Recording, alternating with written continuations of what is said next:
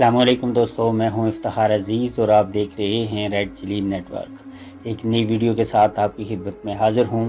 اس سے پہلے کہ ہم نئی ویڈیو شروع کریں، آپ ریڈ چلی نیٹ ورک کو سبسکرائب کرنا نہ بھولیے گا اور ساتھ ہی بیل آئیکن پریس کرنا بھی نہ بھولیے گا تاکہ آپ کو ہماری نئی ویڈیو کا نوٹیفیکیشن بر وقت ملتا رہے۔ تو چلیے ویڈیو کی طرف چلتے ہیں۔ بسم اللہ الرحمن الرحیم۔ دوستو، آج کی ویڈیو کا عنوان ہے دیانتداری کا صلہ۔ یہ واقعہ 240 ہجری کا ہے کہ رمضان المبارک کے پہلے دن کو فجر کی اذان حرم کے میناروں سے بلند ہو کر جبل ابو قبیس اور کی کہان کی چوٹیوں کو چھوتی ہوئی باد نسیم کے جھونکوں کے ساتھ کعبۃ اللہ کے پردوں سے لپٹ رہی تھی اور اللہ کے مخلص بندوں کے دلوں پر تجلیات کی بارش برسا رہی تھی۔ کعبۃ اللہ کے گرد مومنوں کی صفیں نماز کے لیے درست ہو رہی تھی۔ ان خوشنصیبوں کی آنکھیں براہ راست بیت اللہ کے جمال سے منور ہو رہی تھی، جبکہ دیگر نمازیوں کی صفیں بیت اللہ شریف کی طرف متوجہ تو تھیں، لیکن دور دراز مسافت کی وجہ سے صرف دلوں کی آنکھوں سے اس کا دیدار کر رہی تھیں۔ دور کے نمازیوں کی یہ صفیں بلند و بالا پہاڑوں اور سمندری جزیروں، شہروں اور بستیوں، صحراؤں اور وادیوں، کوساروں کی چوٹیوں اور محلات اور جھونپڑیوں، قید خانوں، مرغزاروں، لاکھ و داک ریگستانوں، برفانی پہاڑوں کے پیچھے کھڑی تھیں۔ وہ اس وقت تک مسلسل کھڑی ہوتی رہیں گی جب تک اس خطۂ ارضی پر مسلمان آباد رہیں گے۔ اہل مکہ یہ اذان سن کر بیت اللہ کی طرف چل پڑے اور ایک 86 سالہ بزرگ کے سوا شاید ہی کوئی نمازی ہو جو گھر میں بیٹھا رہ گیا ہو۔ انہوں نے شیریں اور ترش، سرد اور گرم، خشک اور تر انواع و اقسام کے عمدہ کھانوں سے پیٹ بھر کر نماز شروع کر دی۔ لیکن یہ بزرگ بھوک کی وجہ سے نماز میں کھڑے ہونے سے قاصر بھی تھا۔ اس بیچارے نے کچھ کھائے پیے بغیر روزہ رکھ لیا تھا۔ اس کی گزشتہ رات بھی فاقہ سے گزری اور دن میں بھی بھوک پیاس سے گزرا تھا۔ جب اس نے نماز مکمل کر لی تو ایک کونے میں شکستہ دل اور غمگین ہو کر بیٹھ گیا۔ اسے بذات خود اس فاقہ کشی کا اتنا دکھ نہ تھا، کیونکہ عرصہ دراز کی تنگ دستی نے اسے مصائب برداشت کرنے کا خوگر بنا دیا تھا۔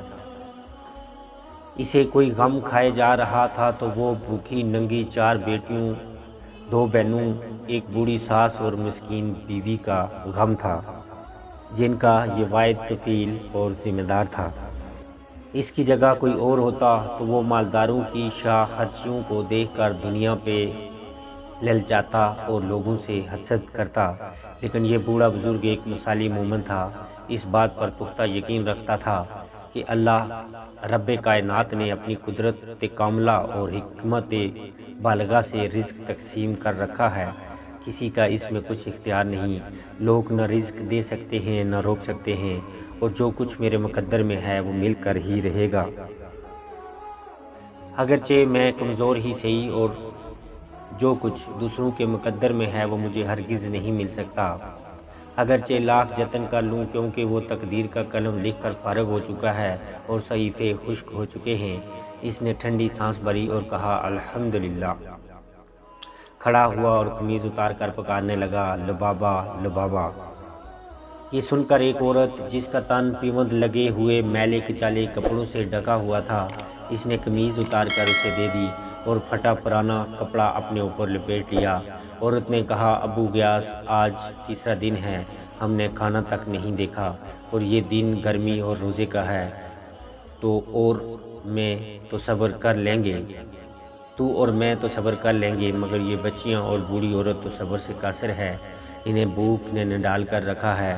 اللہ کا نام لے کر نکلو، شاید اللہ کچھ درم یا روٹی کے چند ٹکڑے دے دے جس سے ہم روزہ افطار کر سکیں۔ ابو غیاث نے کہا انشاءاللہ ضرور جاؤں گا۔ آفتاب طلوع ہو کر ذرا بلند ہوا تو بوڑھا بزرگ گھر سے نکلا اور مکے کی گلیوں میں گھومنے پھرنے لگا کہ شاید کہیں مزدوری مل جائے۔ تمام لوگ گرمی کی وجہ سے گھروں کو لوٹ چکے تھے۔ مزدوری تلاش کرتے کرتے گرمی شدید تر ہوتی چلی گئی۔ اس کی ٹانگیں جواب دے گئی اور آنکھیں پتھرا گئیں۔ گزشتہ رات اور دن کے فاقے نیز بغیر کھائے پیے روزے کی وجہ سے پیٹ میں بھوک کی آگ لگی ہوئی تھی۔ یہ مکہ کی نشیبی وادی میں جا کر دیوار سے ٹیک لگا کر بیٹھ گیا۔ اس کی بڑی تمنا یہ تھی کہ اسے ایمان کی حالت میں موت آئے تاکہ وہ اس قید و حیات سے رہائی پا جائے اور ہمیشہ کی زندگانی سے فائدہ اٹھائے۔ وہ انہی سوچوں میں گمسم مٹی خرید رہا تھا کہ اچانک اس کا ہاتھ ایک نرم و ملائم چیز سے چھو گیا اور کچھ یوں محسوس ہوا کہ جیسے سانپ کی دم ہے۔ اس نے تحوز پڑا اور ہاتھ کھینچ لیا۔ پھر دل میں خواہش پیدا ہوئی کہ کاش یہ سانپ مجھے ڈس لے اور میں مصائب سے آزاد ہو جاؤں، لیکن مہان خیال آیا کہ مومن کے لیے کہاں جائز ہے کہ موت کی تمنا کرے، خودکشی تو اسلام میں حرام۔ چنانچہ اس نے اللہ سے معافی مانگی اور دوبارہ اس چیز کو غور سے دیکھنے لگا۔ اسے بڑا تعجب ہوا کہ یہ بے حس و حرکت پڑی ہے۔ اسے پاؤں کی ٹھوکر بھی لگائی لیکن وہ چیز جوں کی توں پڑی رہی۔ اس نے ہاتھ سے مٹی ہٹا کر اسے پکڑا تو ہمیں انی نکلی جو سونے کے دینار سے بری ہوئی تھی۔ اسے دیکھ کر بھوک اور پیاس ختم ہو گئی اور حساب میں نئی قوت پیدا ہو گئی، بلکہ جوانی لوٹ آئی۔ سوچنے لگا کہ میں کتنا خوش نصیب ہوں، یہ مال اپنے گھر والوں کے ہاتھوں میں تھماؤں گا تو وہ کس قدر خوش ہوں گے۔ وہ اسی وقت حسین اور روشن مستقبل کی امید میں خوشی سے دیوانہ ہو رہا تھا۔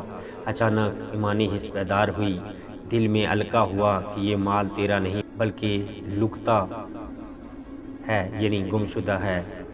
سال بھر اعلان کرنے کے بعد اسی صورت میں حلال ہوگا جب اصل مالک نہ ملے۔ جب سال کی مدت اور اپنے رات کے کھانے کا تصور کیا تو کوا جواب دے گی کہ کیا خبر سال بھر زندہ بھی رہوں گا یا نہیں، اور یہ بھوکی ننگی بیٹیاں کیا کھائیں گی کیا پہنیں گی۔ خواہش پیدا ہوئی کہ تھیلی کو واپس اسی جگہ رکھ آئے اور آزمائش میں نہ پڑے، لیکن بذات خود دانا عالم مومن تھا، جانتا تھا کہ اگر گم شدہ مال کو دیکھ کر ہاتھ نہ لگایا جائے تو کوئی ذمہ داری نہیں، اگر اسے پکڑ کر دوبارہ رکھ دیا جائے تو ذمہ داری رکھنے والے پر ہوگی۔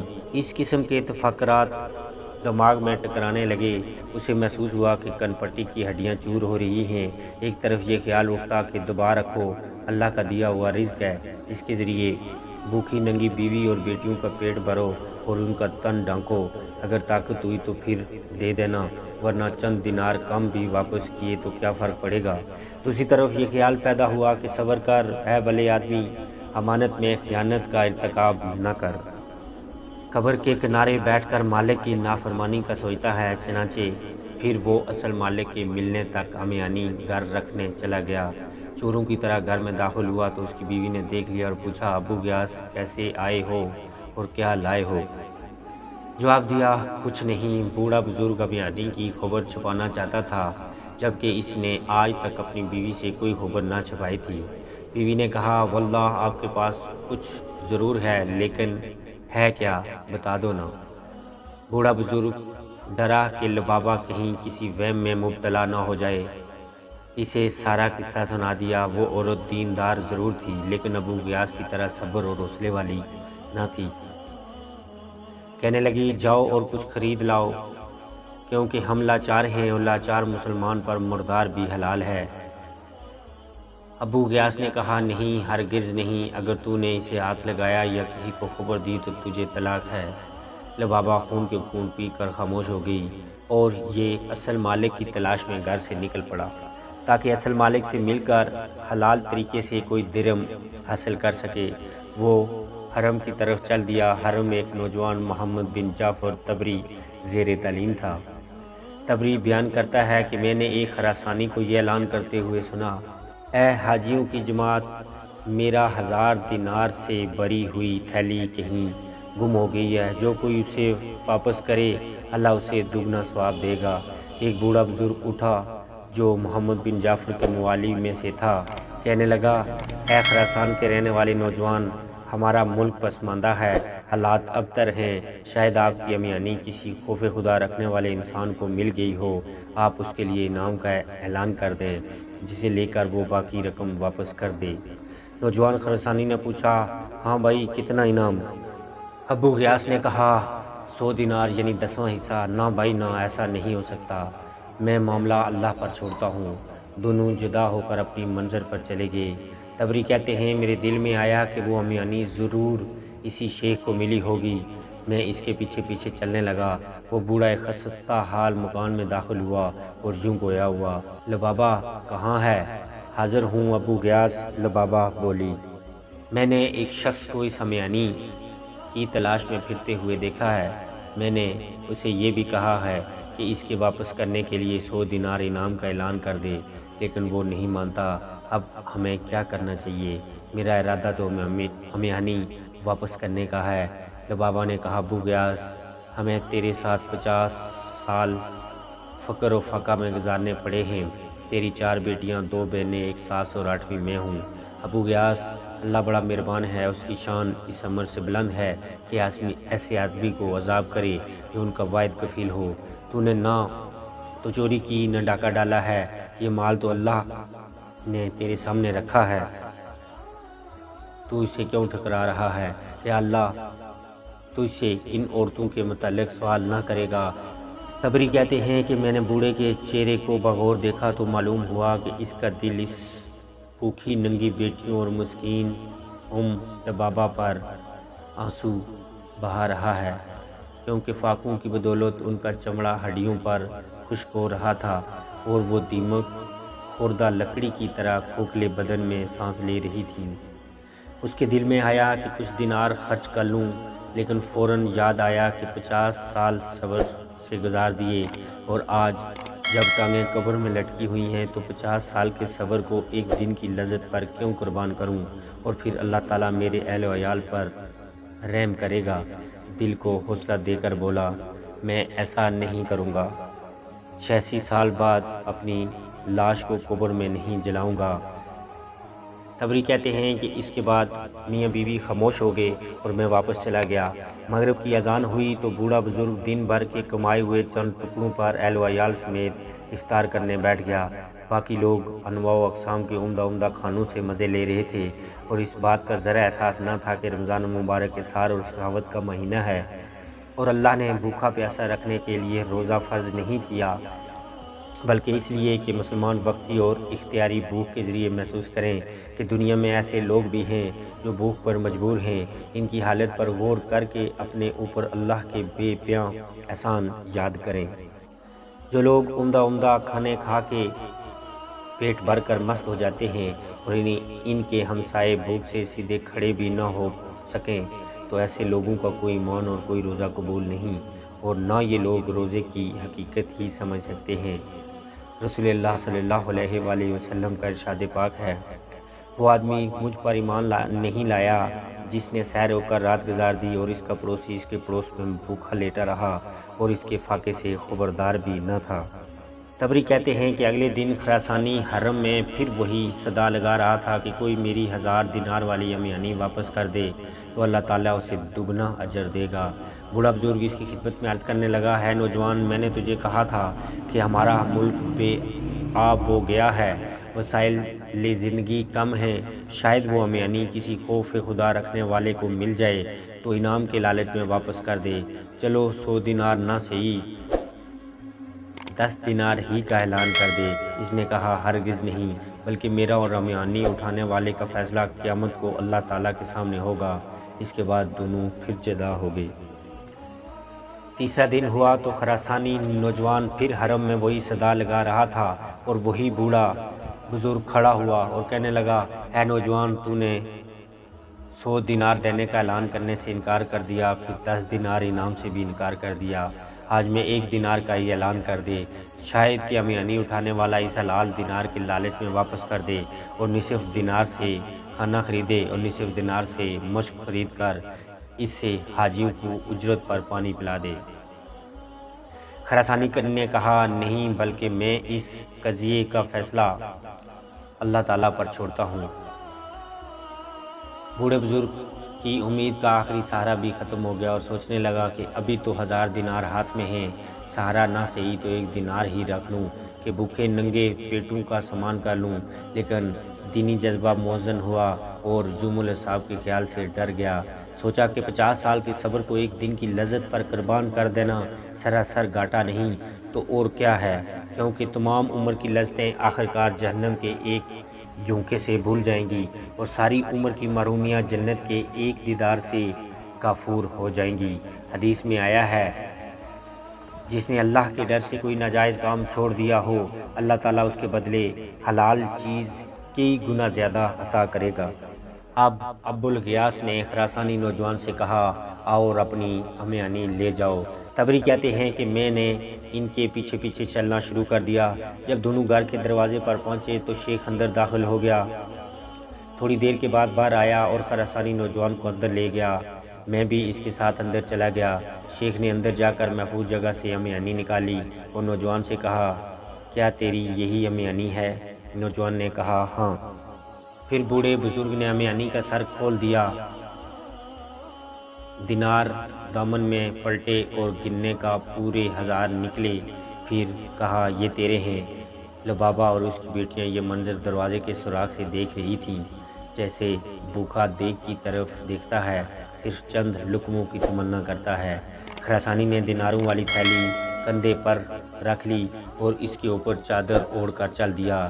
لبابہ نے یہ منظر دیکھا تو یوں چکرائے جیسے کسی عورت کا اکلوتا بیٹا گم ہو گیا ہو۔ اس کی بیٹیوں کی باتیں کھلی کی کھلی رہ گئیں۔ چند لمحوں بعد شیخ نے ہاٹ سنی تو نظر اٹھا کر دیکھا کہ نوجوان واپس لوٹ آیا ہے۔ اگر یہ بوڑھا بزرگ اس سے روح گردانی کر لیتا تو یہ بڑی بات نہ تھی، کیونکہ اس نے اس بھوکے ننگے مسکینوں کو دیکھ کر 1 دینار تک نہ دیا وہ اپنی بھوک دور کر سکے۔ لیکن یہ بوڑھا بڑا بردبار اور حوصلے والا شخص تھا۔ فوراً بولا، بیٹے کیسے آنا ہوا؟ خراسانی نوجوان نے جواب دیا، اے میرے بزرگ، میرا باپ جب فوت ہوا تو اس کے پاس 3000 دینار تھے۔ اس نے مجھے وصیت کی تھی کہ میرے سواری بیچ کر حج کا خرچ بنا لینا اور 1000 دینار اس شخص کو دے دینا جو بہت زیادہ غریب ہو۔ چنانچہ میں نے اپنے وطن خراسان سے مکہ تک کسی کو تجھ سے زیادہ غریب نہ پایا۔ لو یہ دینار، اللہ ان میں تمہارے لیے برکت کرے۔ تبری کہتے ہیں کہ وہ نوجوان امیانی رکھ کر واپس چلا گیا۔ یہ منظر دیکھنے کے بعد میں واپس جا رہا تھا کہ مجھے کسی نے پیچھے سے آواز دی۔ میں نے پیچھے مڑ کر دیکھا تو وہی بزرگ میرے پیچھے دوڑ رہا تھا۔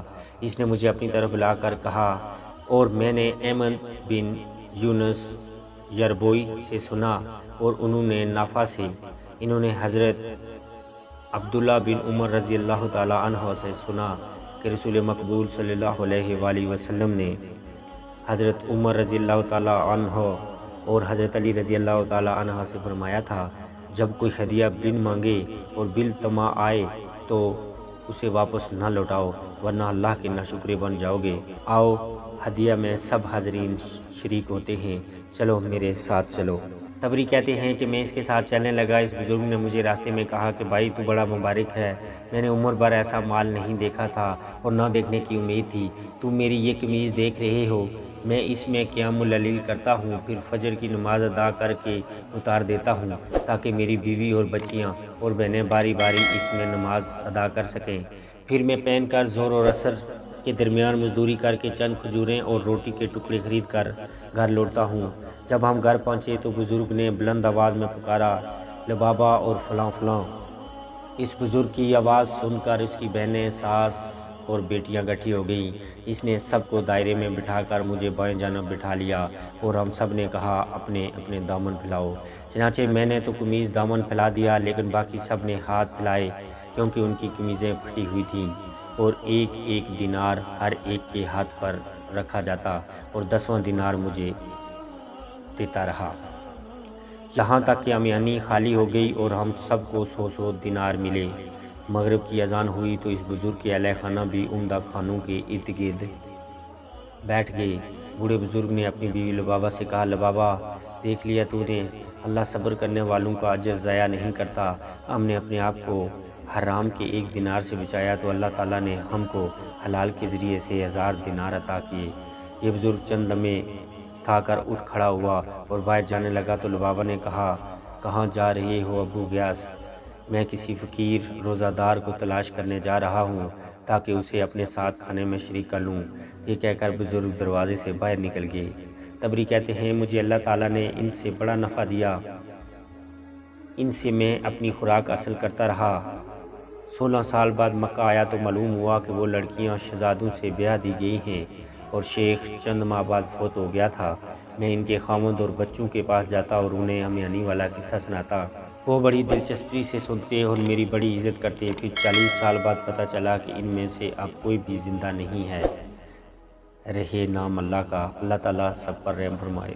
دوستو، یہ تھی آج کی تحریر، امید ہے آپ کو پسند آئے گی۔ اللہ تعالیٰ ہم کو بھی ان نیک لوگوں کے صدقے ہمارے دلوں میں بھی اسی طرح صبر کا جذبہ عطا کرے اور ہمیں ایمان کی دولت سے نوازے۔ اپنا بہت خیال رکھیے گا، اور اپنے اس یوٹیوب چینل کا بھی اسی نئے مضمون کے ساتھ آپ کی خدمت میں حاضر ہوں گا۔ اللہ حافظ۔